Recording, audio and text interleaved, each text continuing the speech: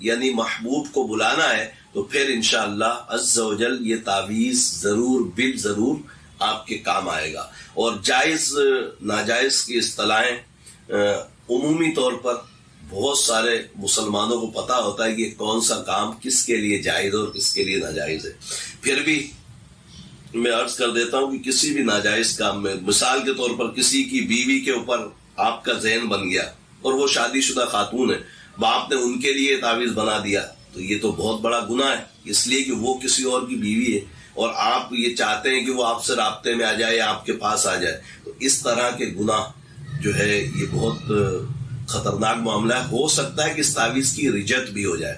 اور یہ تعویذات جتنے بھی میں یوٹیوب چینل پہ ڈال رہا ہوں، اس کی اجازت میں نے ان لوگوں کو دی ہے جو اپنے لیے بنائیں گے. ایسا نہیں ہے کہ آپ چینل پہ دیکھیں، دکان کھولیں، آستانہ کھولیں اور یہ تعویذات ایک چلتا پھرتا آستانہ بن گیا. یوٹیوب چینل میرا چلتا پھرتا آستانہ ہے کہ ہر مقصد کے لیے تقریباً تعویذات انشاءاللہ ڈالنے کی کوشش ہے. تو بناؤ اور لوگوں کو ہدیتاً بیچنا شروع کر دو. ہرگز ایسے لوگوں کو میری اجازت نہیں ہے. تو محبوب کو حاضر کرنے کے لیے نقش انشاءاللہ میں آپ کو بنانا سکھاتا ہوں اور اس کا طریقہ بھی بتاتا ہوں. ضرور بنائیے اور اللہ کی عطاؤں سے انشاءاللہ کامیابی حاصل کیجئے.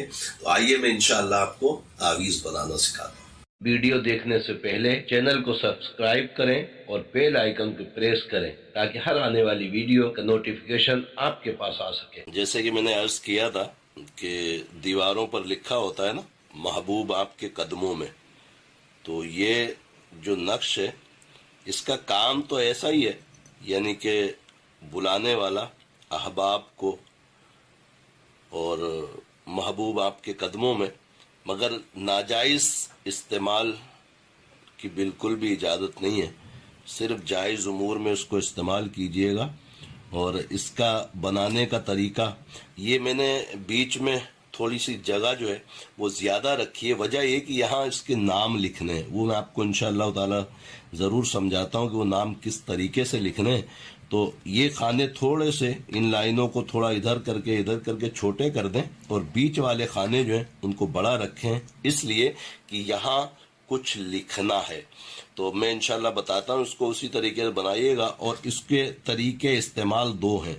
ایک تو اس تعویذ کو پتھر کے نیچے، کوئی بھاری وزنی پتھر کے نیچے موم جامن کر کے دبانا ہے، اور دوسرا تعویذ مٹی میں رکھ کر گرم کرنا ہے. اس کا بڑا ہی آسان سا طریقہ ہے جو میں آپ کی خدمت میں عرض کر رہا ہوں کہ کس طریقے